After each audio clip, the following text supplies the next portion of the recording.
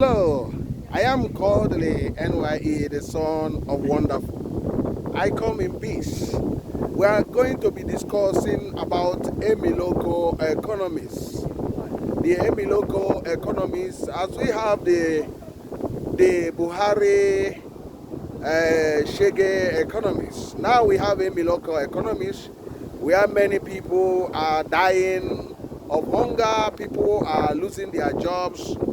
Now yam has become exclusive for the rich. Gari has become exclusive for the rich. Lots of things that were affordable to Nigerians are no longer affordable. People cannot afford all those basic things. To have a typical Nigerian soup, you need to spend over 10,000. Remember, the minimum wage, some states are still paying below 30,000. So if you can just cook one meal and it's 10,000 naira, think about that. So if you have been paid 30,000, it's completely mess. So we have gone into a total mess. And whoever telling you Nigeria is getting better is not telling you the whole truth, because we are recycling old politicians, recycling politicians that cannot even manage businesses to be lording it over the whole country. And that's why the country is where we are at the moment. No electricity, but we are celebrating a national anthem. And the president is so proud that this is my achievement, that I just changed Nigerian anthem in a country. People are looking for job, people are looking, investors are looking for unbounding of the gas supply chain, which they keep on promising, oh, let's move it into concurrent list instead of exclusive list. But this is not what the government is thinking about. It's not thinking about forcing out those militants and all those people that are ravaging the farmlands, causing the farmers to dread about going back to farm anymore. People are not farming anymore because they are not producing any food, because they think that when you go there, that either you lost your life or all your investment is destroyed over a twinkle of an eye.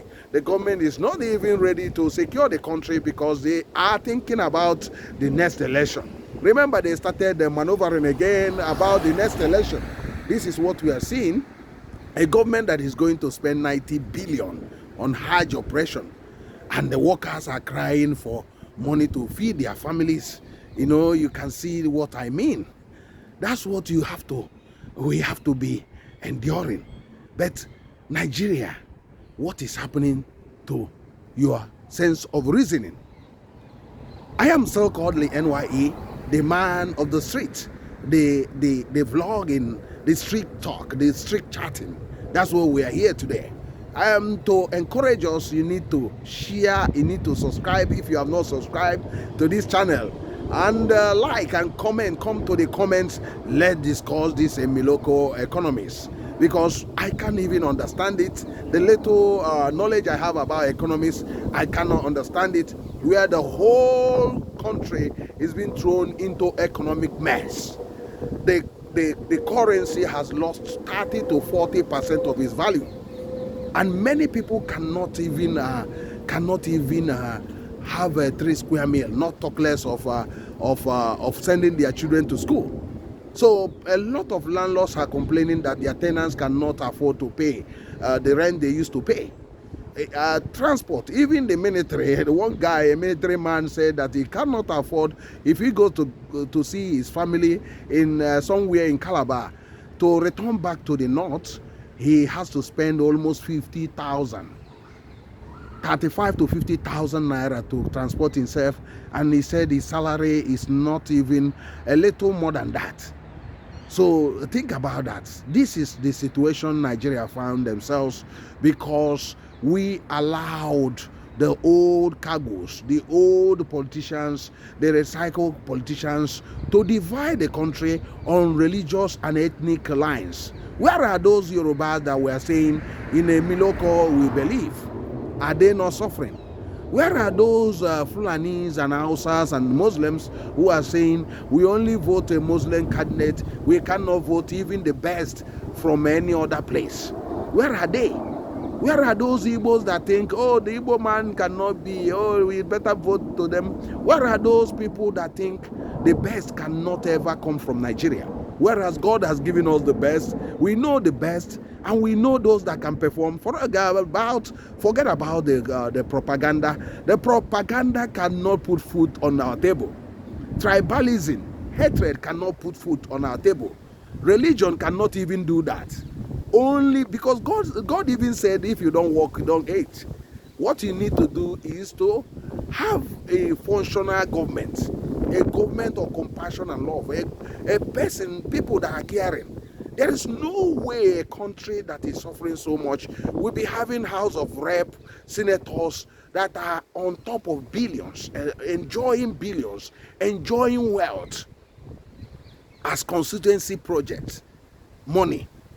They are changing vehicle every time, buying SUVs for them all the time, where the people cannot see money even to take their children to school.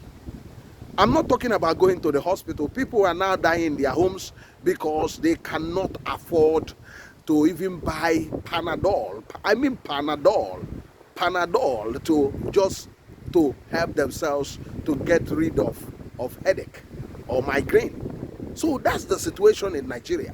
So next time there is election, continue to be talking about Emiloko and I am Igbo, I am Yoruba, I am Hausa.